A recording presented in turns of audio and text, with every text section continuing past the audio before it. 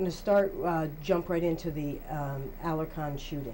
Were John Klene, my client, or Ed Dumbricky involved in that crime? No. Were they in the car with you? No, they weren't. Did you see? Were they what? I'm sorry. Were you in? Were they, Mr. Klene or Mr. Dumbricky, in the car with you? No, they weren't. Did you see Mr. Klene or Mr. Dumbricky that evening No. after the shooting? No, I did not. Okay. And Mr. Landrum, what is your date of birth? 12/22/73. In 1997, in June of 1997, you would have been about 23 years old? Yes, I was 23. All right. And you knew Mr. Klene? Yeah, I knew John. But you did not hang out with him on a regular basis, is that correct? No, we have hung out before from the same neighborhood, but we weren't really tight. Okay. In fact, Mr. Klene is 5 years younger than you, is that correct? I'm not sure, to be honest with you, but that sounds about right. And when we spoke before, you described him as a kind of nerdy guy. Yeah. Can you tell me what you meant by that? Well, he was clean cut, straight laced. He had never really even been in trouble. I think maybe once. She needs you to repeat. He was laced and clean cut. You know, he went to school every day, got A's and B's. He didn't run around and hang out in the street like we did. He was from the neighborhood, he was from the gang, but he was on the right path. Okay. When you were out committing this crime and others that you and I have spoken about, was Mr. Klene with you? No, he wasn't. Okay. Neighborhood. Did you spend some time with Lester Monler? Yes, I was fairly close to him for a short period of time. Okay, and around this time in '97, do you remember where Mr. Monler lived? As far as I know of, he was living off of Ramona with his mother and some other people. I don't know the lady's house, but it was between Boxers and my brother. Have told me in the past that you killed Alarcon, Antonio Alarcon. Can you tell me what your reason was for killing Mr. Alarcon? Yeah. Why were you looking for Alarcon? Well, a close friend of mine from my neighborhood was shot just before I paroled. He was shot in the head. He nearly passed away. He had a lot of neurological problems. And who's that? His name was Chico. Okay, and how does the shooting of Chico affect your motive to shoot Alarcon? Alarcon was one of the main heads from Little Ones, and Chico didn't know who shot him, but they had shot him and another one of my homeboys at the same time. Chico never saw who shot him. Whoever shot him in the back of the head. And I was angry because we didn't know who to take it out on, like I said, who to take it out on. So it was my logic at the time, unfortunately, was get our main enemies. And I knew Alarcon, he was an easy reach for me because he worked with me. Okay. So I essentially just stalked him.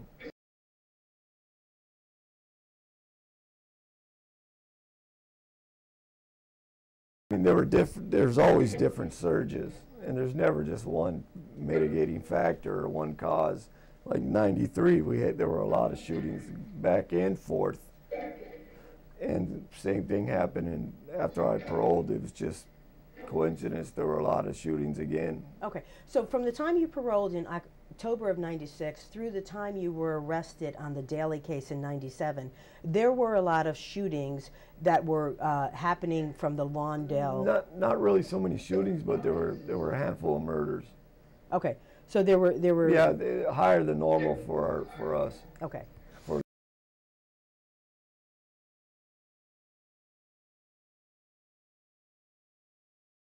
When you say puppet orchestrated the ceasefire, can you tell a little bit more about that? Well, he helped orchestrate it. I don't recall who set up the meetings originally, if it was us or or them. I think Alarcon, even though he decided, I don't know if he was appointed or he took it upon himself to speak or what it was, but he injected himself as one of the main speakers of it, Okay. main advocates of it. But I think all along he never enforced it. Okay. And did that bother you that were there shootings that were happening that were attributable to Little Watts, at least in your mind? There always were. Okay. Back and forth. I mean. And did that bother you in terms of there's being the supposed ceasefire and them not living up to it? Yeah, absolutely. So was that one of the reasons you were targeting Alarcon to kill him? Pretty much. Were there other reasons you wanted to get Alarcon? He was, a lot of it was convenience too.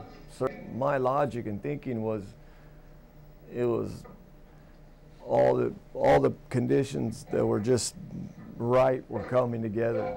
I mean, I couldn't have asked for a better target. I couldn't have asked for circumstances that. Okay. You were talking about your work. What did you learn there that helped you try to figure out how you might attack him? Well, I learned what time, I knew what time, more or less, when he came to work, when he left. I've discovered where he lived.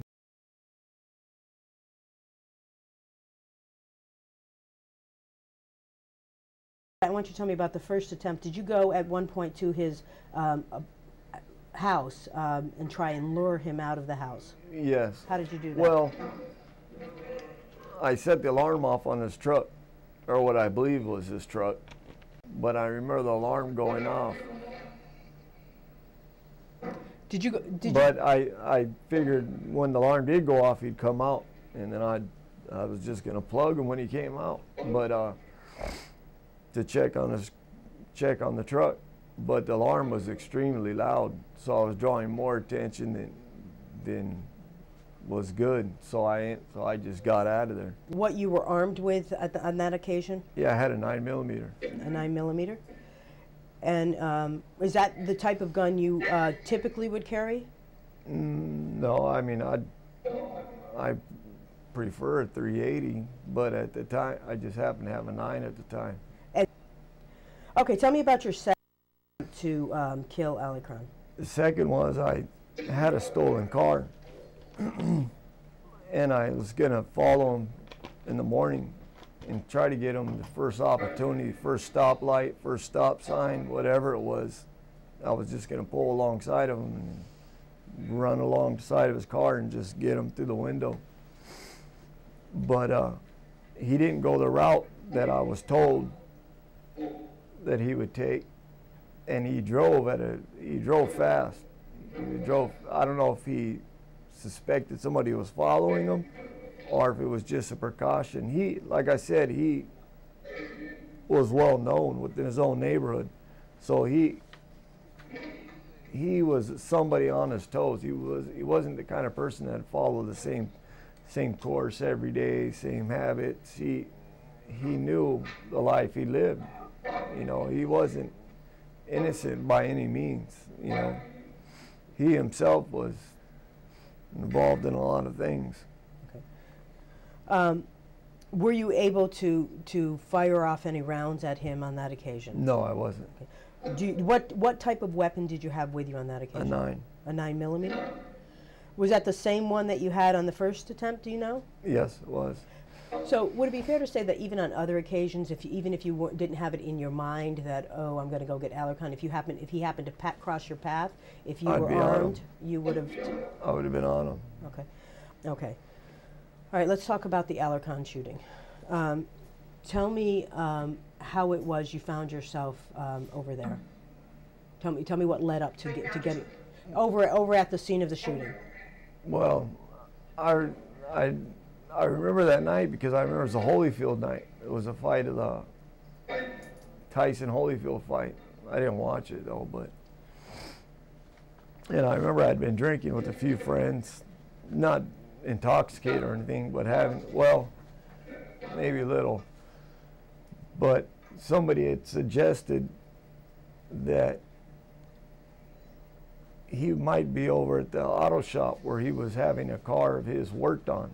having work done to it from what I was told. You were in the car with how many people? There were 4 total. Okay, so there's you, a driver. Is there someone in the back seat with you? There's someone in the back seat.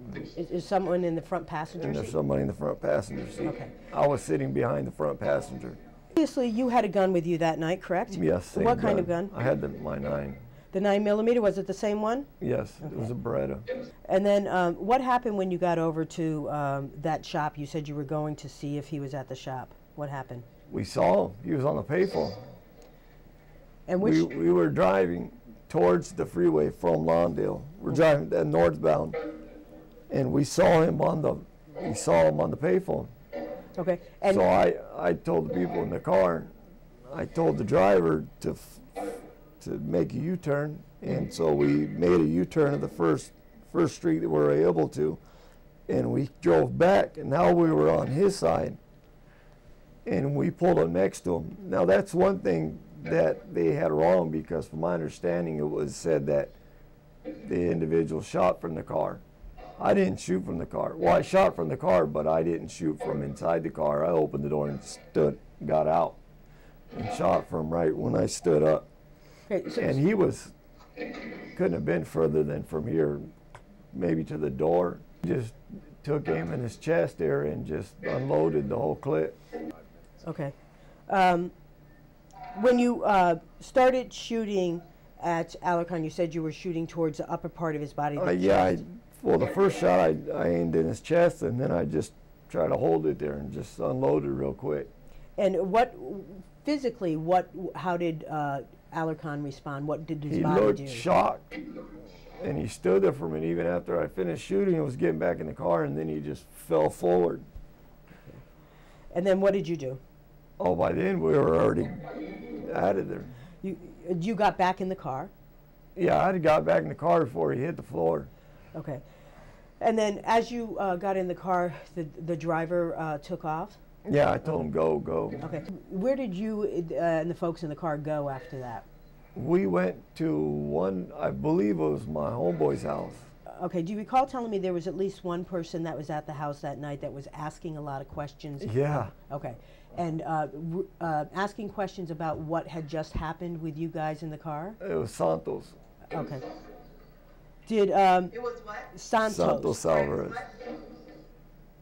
Santos Alvarez. Okay. And so when we spoke about this before, you said that, well, let me ask you, did you give any information then to Santo? No. Okay. What kinds of questions was he asking? What'd you guys do? Where were you at? You were blasting. Just asking.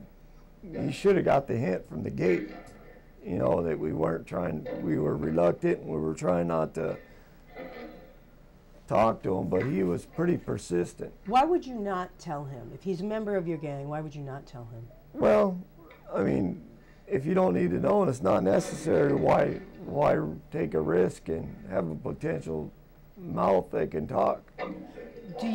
But more so when somebody keeps asking questions, that just makes me all the more suspicious. Okay.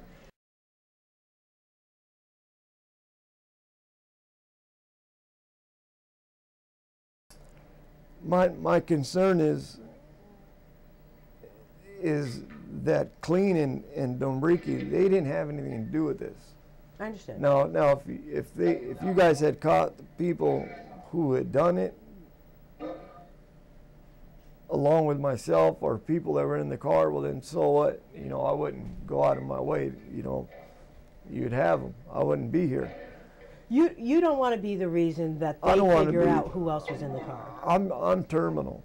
Now people could say that that's a means or an excuse or a reason to try to cut these guys. Well, you don't care, you're dying anyways. That's not true. There's nothing more than I would love than to die in my father's presence.